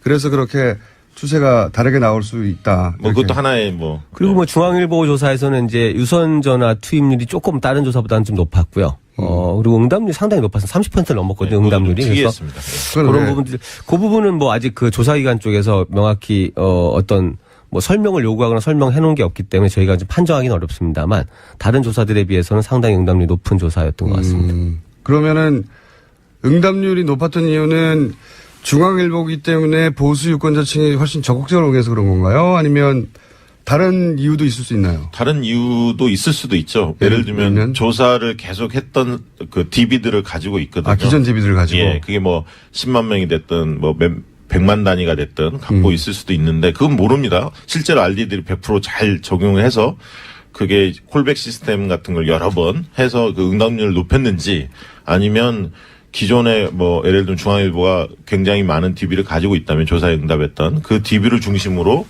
조사를 했는지 그거는 뭐 저희가 알 수는 없습니다. 예. 하여튼 현상적으로는 응답률이 대단히 높은 편이다 이례적으로. 네, 그렇습니다. 그런 특징을 가지고 있다고요. 이건 어떻습니까? 여론조사 관련해 가지고 어제였던 것 같은데 갑자기 홍준표 도지사가 자체 여론조사를 했더니 이건 주장입니다. 예, 선관위에 등록된 공식 수치가 아니라 주장이라는 걸 말씀드리고 본인 주장으로는 지지율 20%를 넘었다라고 해서 이제 선거법 위반 논란이 있었는데 제가 궁금한 건 선거법은 선관위에서 따지면 되는 거고 이제 이거를 두고 사람들이 여의도 연구소라고 하는 네. 자유한국당의 자체 연구소가 있는데 거기서 나온 수치를 가지고 떠드는 게 아닐까 이런 추정들을 했거든요. 이전 사실관계는 어떤가요? 뭐 사실은 정확한 거는 모르겠고요. 그런데 이제 흘러다닌 이야기가 예, 여의도에서는 여의도 연구원 조사가 뭐 홍준표 지사가 10% 중반대까지 나왔다는 이야기들이 돌고는 있습니다. 근데 정확히 확인된 바는 없어서 그것도 예. 이제 여의도 정가에 흐르는 여의도 연구소에서는 그런 게 나왔다는 주장이 있다. 예, 주장이 중반 지금은 이제 10% 초반 10%를 넘은 조사도 있고 그렇지 못하는 조사도 있는데 중반까지도 올라갔다는 자체 결과가 있다. 뭐 아니 그거를 이제 들었는데 그게 진실인지 아닌지는 모르겠습니다. 그렇죠. 그것도 사이트 모션일 수는 있죠. 근데 제가 궁금한 건 그러면 이 20%의 홍준표 지사가 아니죠. 홍준표 후보의 수치는 일방적인 주장인 거죠. 그렇죠? 지금 근거를 대지 않은 상태에서는 그렇죠. 이제 아마 뭐 자신감을 표현하다가 좀 오버한 걸 수도 있고요. 아니면 뭐 다른 수치를 헷갈렸을 수도 있는데 아직까지 뭐 공개적으로 공표된 조사에서 홍준표 후보가 20% 넘었다는 조사는 본 적은 없는 걸로 알고 있습니다. 그렇죠. 네, 그렇죠. 예. 그러니까 여기까지는 완전히 바랍니다. 본인의. 이건 어떻습니까? 뭐 홍준표 지사는 후보는 충분한 의도는 거둔 거죠. 효과는 거뒀다 봅니다. 아니 불실의 효과를 거뒀을 수도 있어요. 아니 뭐 어쨌든 보수층들이 볼 때 야 그래도 꽤 올라가는 모양이다. 이런 어떤 느낌을 줄 수는 있거든요. 이거 이제 선거법상 공표를 해서는 안 되는데 정확하게 수치를 또 얘기한 게 아니어서 애매모호한 부분이 적용하기는 좀 애매모호한 부분은 있습니다. 하지만 어쨌든 그런 어떤 심리적인 효과는 충분히 거둔 그런 목적이었겠죠. 예. 아무래도 제가 궁금한 건 이런 겁니다. 이렇게 정당의 자체 여론조사 기관 여의도 연구소는 물론 여론조사만 하는 곳은 아닙니다만은 그런 기관을 인하우스로 두고 있지 않더라도 정당 내에서 여론조사를 많이 돌려보잖아요. 이렇게. 네. 그렇죠? 네. 그럴 때 이제 항상 등장하는 얘기가 안심번호 얘기가 등장해요. 근데 안심번호가 뭔지 설명을 좀 해주시고 안심번호의 정확도 그리고 왜 안 하는지 그런 거 좀 설명해 주세요. 안심번호라고 하면 이제 많이 들어보시기는 했을 겁니다. 휴대번호의 가상 전화입니다. 무선 전화, 휴대전화로 조사를 하는데 뭐 0505 뭐 5050 이런 식으로 가상 번호를 붙여서 전화하는 방식인데 이게 이제 지난번 이제 총선 때 그 해당 지역의 무선 전화를 확보할 수가 없지 않습니까? 전화번호는 0102 앞번호니까 네. 지역을 모르니까. 지역을 알 수가 없죠. 네, 알 수가 없다 보니까 정당만 그 사용할 수 있도록 안심번호를 그 이용하게끔 해줬거든요, 선관위가. 근데 지금은 그래서 이제 그 지난번 총선 때 각 정당이 민주당이나 새누리당에서 다 안심번호 조사를 해봤습니다. 내부적으로? 예, 내부적으로 해봤더니 실제 적중률이 굉장히 높았습니다. 아하. 그러니까 여기 차이가 뭐냐면 지금은 무선 번호가 어느 동네인지 모르니까 그 지역을 정확하게 표집하기 어려운 부분이 있는데 이거는 아예 이통사로부터 번호를 받고 대신 개인의 번호는 노출되지 않도록 가상번호를 만들어서 실제 그 동네에 사는 사람을 정확하게 타겟팅해서 조사할 수 있으니 적중률이 높다 이런 거죠. 예, 그렇습니다. 근데 지금 이제 대선 국면에서는 지역별로 그게 정확하지 않더라도 예를 들면 총선 같이 해당 지역구 단위가 아니라 전국 단위이기 때문에 무선 100%로 해도 뭐 안심번호와 차이가 없지 않느냐 이렇게 이제 주장하는 분들도 있습니다. 일견 타당한 지적인데요. 실질적으로 안심번호로 각 정당이 조사를 계획 중인 것으로 들었습니다. 아직은 그러니까 이루어지지 않고 있어요? 예, 그건 모르겠는데. 절차가 오래 걸립니다. 이게 이제 뭐 지금 구조에서는 그러니까 일반 민간에서 이렇게 신청할 경우 한 10일 정도 전에 신청을 해야 되니까 조사를 하려면 이게 이제 뭐 제도는 열려 있는데 사용하기 좀 어려운. 실제로는 10일 전에. 근데 이 부분이 이해가 안 되는 게 이걸 왜냐하면 지금 일상생활에서 안심번호라는 게 새로운 게 아니고. 그렇죠. 왜 쇼핑몰 같은데 뭐 이렇게 그렇죠. 신청하면서 택배가 올 때 그 택배 회사에 그 내 개인 전화번호가 안 가고 가상 일회용 번호가 가거든. 그게 안심번호예요. 어려운 게 아닌데 개념이. 예. 그러니까 이거를 좀 풀어서 바로바로 쓸 수 있게 해주면. 예. 지금 열흘 걸리는데 실제 선관위는 7일까지는 줍니다. 7일까지. 그래서 언론사들이 사실은 안심번호로 조사를 해볼 필요가 있습니다. 그러네요. 예. 그러니까 비용이 그렇게 많이 들어가지도 언론사들이 지금 조사하는 방식에 있어서 뭐 유무선 비율이나 이런 말들이 많으니까 다 필요 없이 안심번호로 하자. 네. 그럼 지금 현재까지 나온 방법 중에 가장 정확한 거 아닙니까? 그죠? 이게 물론 이제 70대들의 대표성이 무선 전화로 커버할 수 있느냐. 60대까지는 모르겠지만 이제 그런 부분은 있습니다만 그래도 유무선 혼합을 하면 되니까. 예, 안심번호를 해볼 필요가 있습니다. 근데 아직 안 해보고 있다. 네. 네. 그럼 이번 대선 기간 내에 안심번호로 한 여론조사 결과치가 나올 수 있을까요? 그 언론사 정당은 공표를 하지 못하게 돼 있기 때문에 후보자나 정당은요. 그러니까 언론사들이 해야 하는데 언론사들이 할지 모르겠어요. 여기 뉴스 공장에서 한번 하시죠. 알겠습니다. 저희 대표님에게 비용을 좀 달라고. 뉴스 공장 발 여론조사를 한번 해봐야 되겠네. 안심번호로. 아직 아무도 안 하고 있다는 거죠? 네, 그렇습니다. 요거. 땡깁니까? 땡깁니다. 돈이 많이 드나요? 그렇게 많이 안 듭니다. 예. 얼마나 드는지. 그건 따로 얘기 드리겠습니다. 영업 비밀이군요. 네. 그런 일주일 전에 신청했다는 건 일주일 전에 신청할 뿐이지 그 시점에 여론조사 결과가 나오는 건 맞죠? 네, 맞습니다. 예. 이거 해보고 싶은데요? 저기 TBS 사장님 방송을 듣고 계시다면 예산 부탁드립니다. 자, 토론회가 얼마나 중요할까요? 지난번 한번 해봤잖아요? 네. 그것이 미친 여파로 비추어 보건데 이번 앞으로 남은 토론회가 여론에 미칠 어떤 저는 정도? 상당히 클 거라고 봅니다. 이게 이제 이번에는? TV 토론이 별다른 사실 지지 후보를 바꾸는 별 영향을 안 준다라는 속설이 많지만 이번 대선의 특성이 그렇고요. 그리고 이제 각 후보를 둘러싸고 이제 토론 전에 여러 가지 쟁점들이 벌어지지 않습니까? 지금 어제 오늘 사이에만 해도 뭐 각 후보마다 여러 이슈들인데 이런 이슈들이 다 TV 토론을 통해서 공식적인 검증, 공개적인 답변 요구가 들어가고 거기에 대해서 어떻게 설명하고 답변 이런 것들이 다시 재생산되기 때문에 저는 이 TV 토론을 기점으로 그 전체 후보들을 좀 이렇게 평가하는 자리가 계속 이어지지 않겠나 해서 이번이 상당히 중요할 거라고 저는 생각합니다. 내년 선거에 비해서 굉장히 중요해질 것이다. 네, 저도 뭐 비슷한 의견입니다. 그러니까 실질적으로 태도를 그 지지층, 자기 지지하는 후보를 태도를 바꿔서 다른 후보를 지지하는 경우는 그렇게 많지는 않습니다. 그렇죠. 한 1%, 뭐 3% 이 정도 옮겨 다닐 것 같고요. 문제는 소극적 지지층이 흔들립니다. 그러니까 내가 누구를 뭐 문재인을 지지한다, 안철수를 지지한다 이런 분들이 계시잖아요. 그런데 문재인만 안철수만 오로지 지지하는 게 아니라 51대 49로 아니면 60대 40으로 나는 문재인이 더 좋지만 안철수도 고민해. 나 안철수도 좋지만 문재인도 괜찮은 사람이야. 그런 사람이 이렇게 있는데. 생각하는 사람들일수록 흔들릴 소지가 충분히 있는 거죠.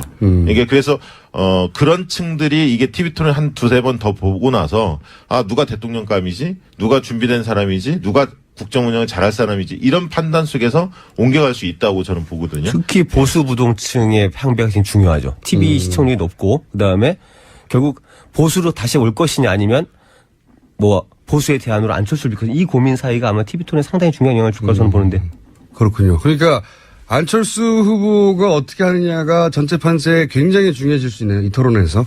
그렇죠. 네, 그렇다고 보여집니다. 안철수 후보가 만약에 자기 지지층을 지켜내면 이 추세로 가는 것이고 안철수 후보가 자기 지지층을 못 지켜내면 판도 전체가 흔들릴 수도 있다. 예, 그럴 수도 있고 지금 자유한국당의 분위기를 보면 어쨌든 그 당사를 담보로 해서 대출을 뭐 300억, 250억 받았다고 하잖아요. 15% 넘겨야 돼요. 예, 그러니까 거기는. 굉장히 뭐 절박한 거죠. 사활을 걸었는데. 예, 그래서 홍준표 후보를 좋아서 찍는 사람도 있겠지만 자유한국당을 지키자, 보수정당을 지켜야 한다 이런 것들이 영남권에서 바람이 어느 정도 형성될 가능성도 있습니다. 형성되길 원하겠죠. 자유한국당에서는. 그 관건은 안철수 후보의 지지가 버텨준다면 그 힘이 약해질 거고요. 안철수 후보의 지지가 좀 빠지기 시작한다면 그런 흐름이 훨씬 더 강해질 수 있다는 거죠. 안철수 후보가 굉장히 중요한 키맨이 됐습니다. 이번 대선 판에. 대선 판도를 확 흔들 수도 있는 이미 흔들었죠. 한 번 흔들었고, 그렇죠. 남은 3주 기간 동안은 홍준표 후보가 얼마나 잘하냐. 그 이상으로 안철수 후보가 자기 지표를 얼마나 지켜내느냐, 혹은 더 얻어내느냐, 여기에 따라서 판도가 왔다 갔다 할 수 있고, 아니면 그냥 이 추세로 그냥 갈 공산이 높고, 그런 건가요? 그렇죠. 뭐 내용상 양자구도, 양강구도를 그대로 가져갈 건지 아니면 보수가 다시 3분지기 형태로 나뉠 건지가 아마 그 판가름이 TV 토론 이런 것들 통해서 날 것 TV 같습니다. 토론도 그렇고 구도 싸움이 지금 치열하죠, 사실은. 왜냐하면 안철수 후보의 경우에는 구도를 과거 대 미래, 통합 대 패권, 자수성가 대 무능한 상속자, 원래 이렇게 상장하지 않았습니까? 무능한 상속자, 이렇게. 예. 예. 근데 이제 자수성가 부분은 좀 깨지는 것 같고요. 왜냐하면 그것은 금수저 논란들이 좀 있었죠. 유치원 발언 때문에. 그래서 그 축은 조금 깨지는 것 같고 중심축을 과거 대 미래, 통합 대 패권인데 최근에 이제 통합의 얘기를 그렇게 많이 꺼내지는 않고 있습니다. 왜냐하면 민주당도 적당하게 통합된 이미지가 보이죠. 그것도 있고 또 이 흔히 얘기하는 적폐 세력과 연대, 정권 연장 세력과 연대 아니냐 이런 어떤 논란들이 좀 있다 보니까 이 통합이 한쪽에서는 좋아하지만 한쪽은 또 싫어할 수도 있기 때문에 이 부분들에 대해서 조금 수그러들었고요. 그리고 또 한편으로는 이제 문재인 후보 쪽에서 박영선 뭐 이런 의원들이 참여하면서 당내 통합이 좀 어느 정도 이루어지다 보니까 패권성이 좀 약화된 느낌이 들지 않습니까? 거기 갈 포인트가 좀 사라진 거군요. 네, 사라졌죠. 그래서 이제 과거 대 미래 이 부분들을 크게 좀 가져가는 것 같습니다. 그래서 그게 얼마나 설득력 얻느냐 이런 문제인데 문재인 후보의 경우에도 최근에 보면 내 삶을 바꾸는 정권교체라는 그 타이틀로 정책 발표를 계속 하고 있지 않습니까? 그래서 이제 과거에 어떤 적폐청산 이것만을 강조하는 게 아니라 생활 체감형 정책을 통해서 변화를 추구하는 느낌을 좀 주고 있기 때문에 과연 과거 대 미래 프레임 게임에서 안철수 후보가 굉장히 우위를 계속 거둘 수 있느냐 이 부분도 좀 관심 포인트입니다. 지금 문자 중에 이런 게 있습니다. 여론조사 기관의 직원들이 언변이 이 정도인가요? 수준이 낮다는 거죠. 두 분에 대한 칭찬인 거예요. 놀랍네요, 막. 예, 이분들은 대표 이런 분들입니다. 그러니까 대표했겠죠.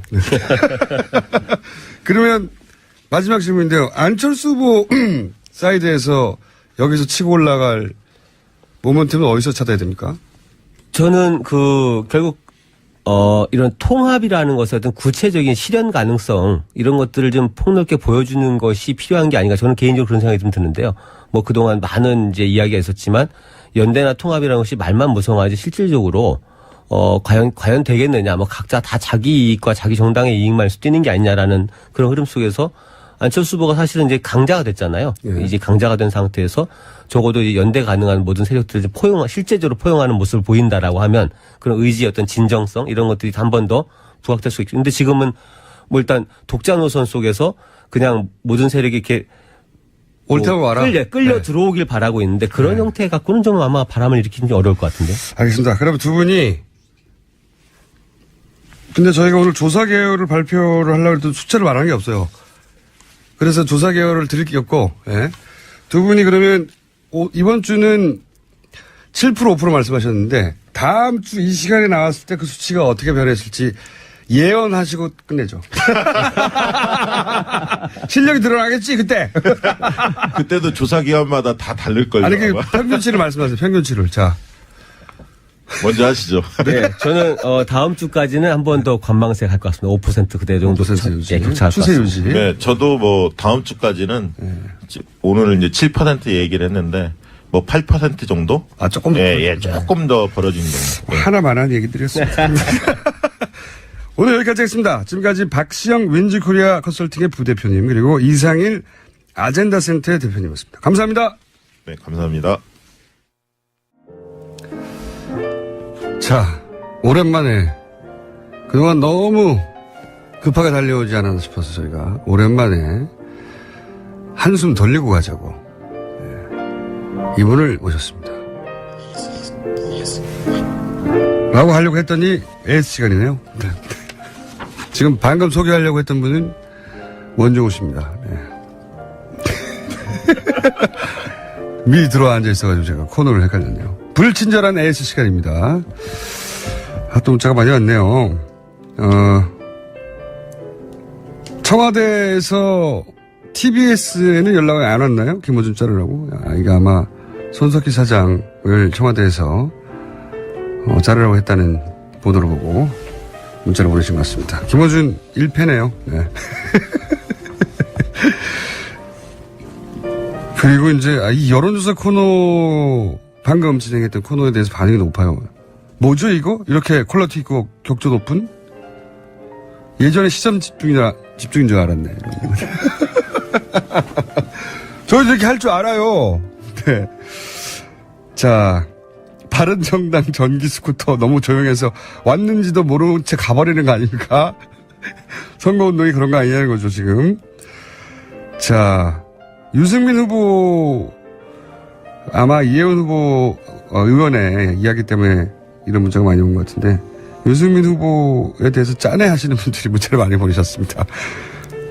자, 그리고 눈으로 보는 라디오를 봤는데 공장장이 러닝 하나 입고 방송하는데 정말 짠했습니다.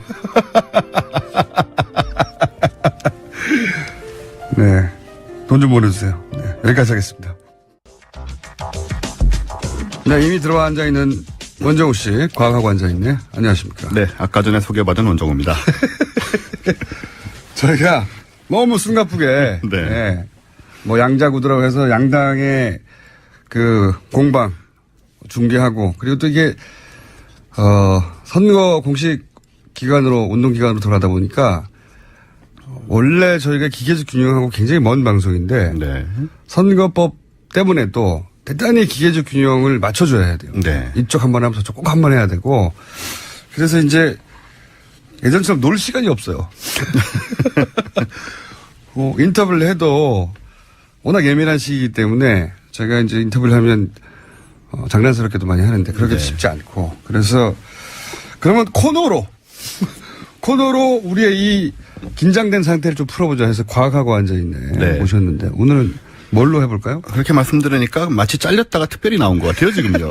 긴장을 풀기 위해서. 그런 거는 이게 이제 통보받지 못했는데 사실상 잘린 거거든요. 아, 그런 거군요. 본인은 통보받지 못한 채 단기간 사실상 잘린. 아, 단기간. 그렇죠. 임시로 잘렸군요. 대선 기간 중에는 이분한테 연락하지 마라. 뭐 이런.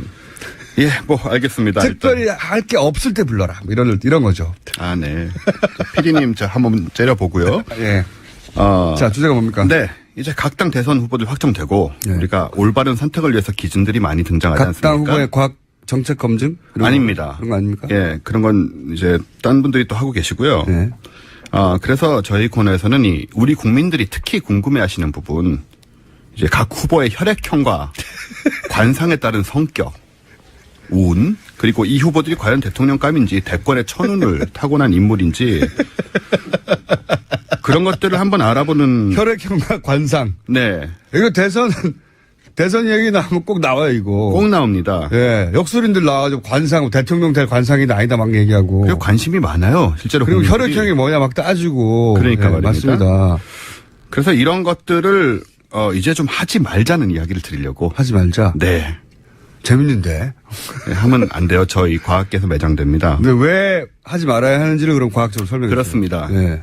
일단 혈액형 비과학적이라는 얘기 많이들 들으셨을 텐데요. 근데 이제 저도 이 얘기를 벌써 10여 년 전부터 하고 있는데 네. 혈액형으로 성격 유형을 분류하는 국민 스포츠에 가까운 우리나라에서 요런 건 일본하고 우리나라만 한다는 거. 일본하고 우리나라만. 전 세계 다른 나라 어디도 하지 않아요. 대부분의 모르셨죠? 사람들은 자기 혈액형도 모릅니다. 그런 사람들은.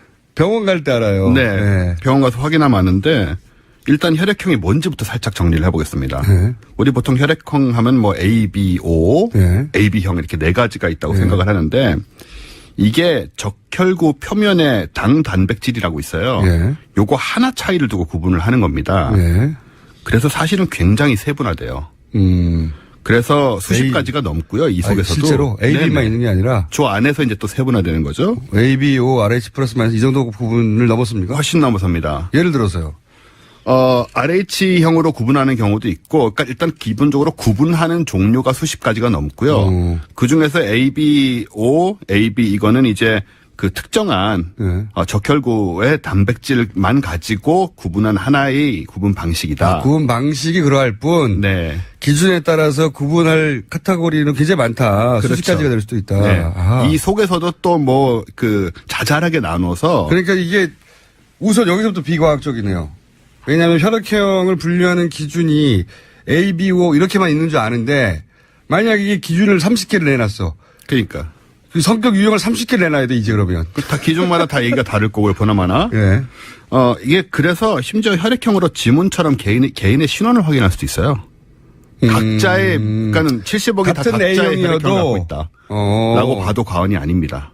70억개가 있다. 예, 그렇게 말해도 과언이 아닐 정도로 다 달라요. 사람들 A형 하면 다 똑같은 줄 아는데 그게 아니네요. 아닙니다. 그것도 아니고요.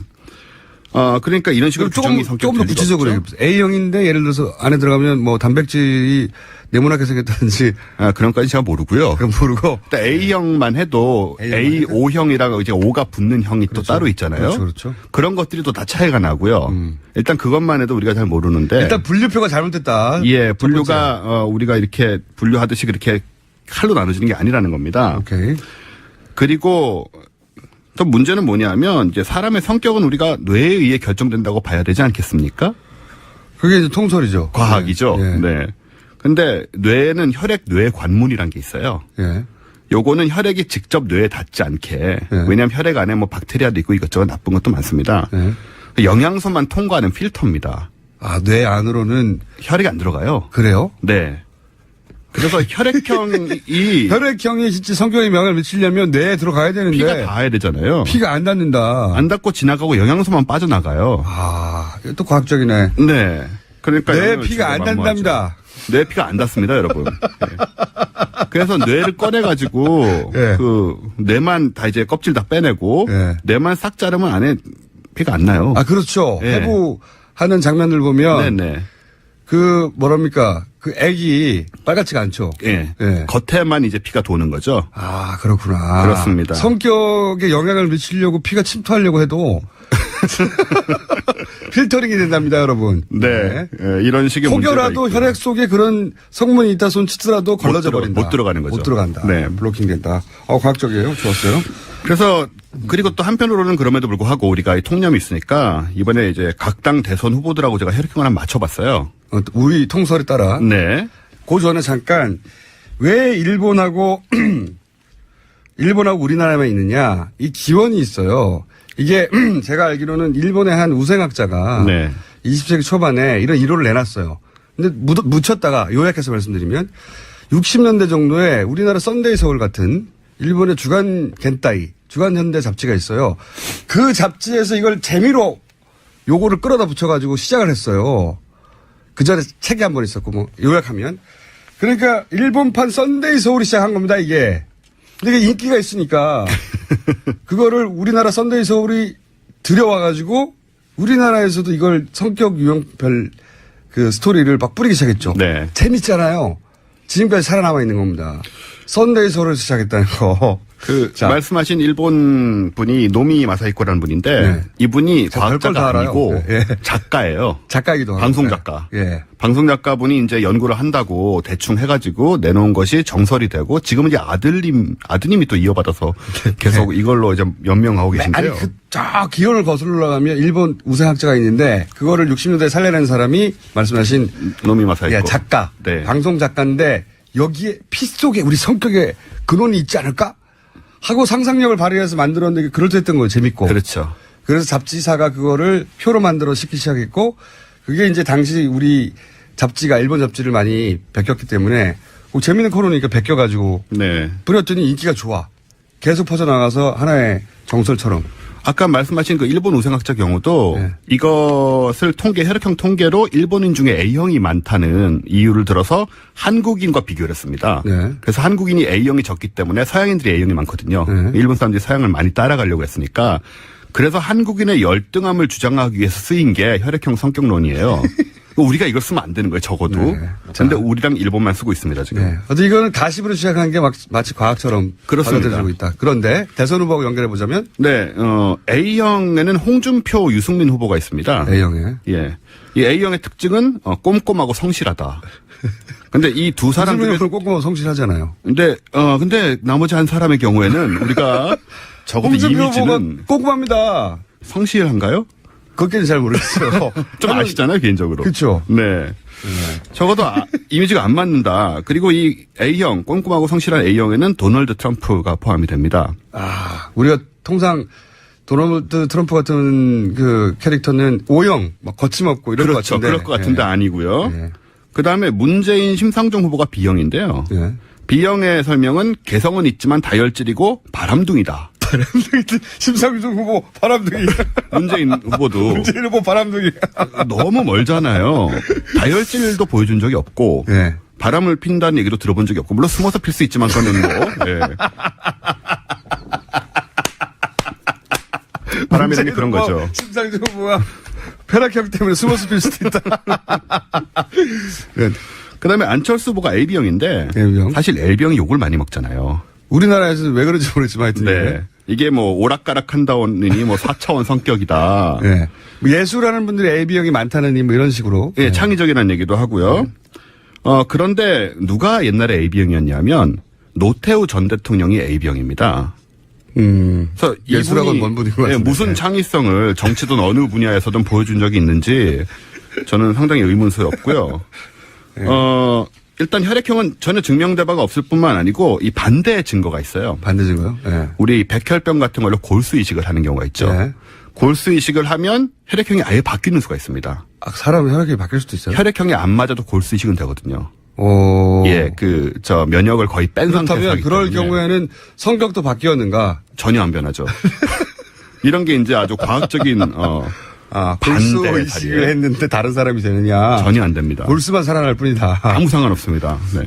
그런 반증도 있다. 이런 문제들이 있고요. 그 다음에 시간이 조금 남으니까 관상 얘기를 해보자면 관상을 본격적으로 시작하기에는 1분밖에 안 남아가지고 그렇죠. 오늘 네. 맛배기만 하고 네. 관상 부분은 다음 시간에 해볼까요? 네.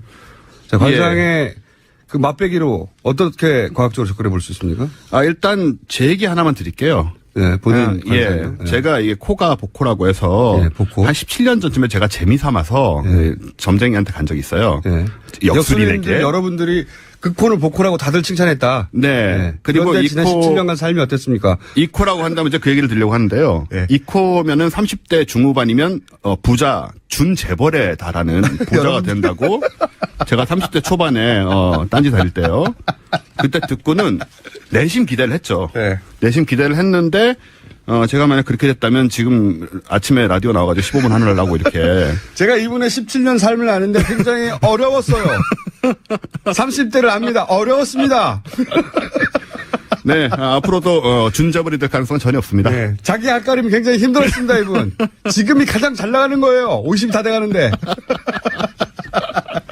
자, 역수진 여러분이 이제 복코라고 했는데 항의를 하셨고 다음 주에 조금 더 다뤄보겠습니다. 네. 지금까지 원종호 씨였습니다. 감사합니다. 감사합니다. 저는 김어준이었습니다. 내일 다시 뵙겠습니다. 안녕.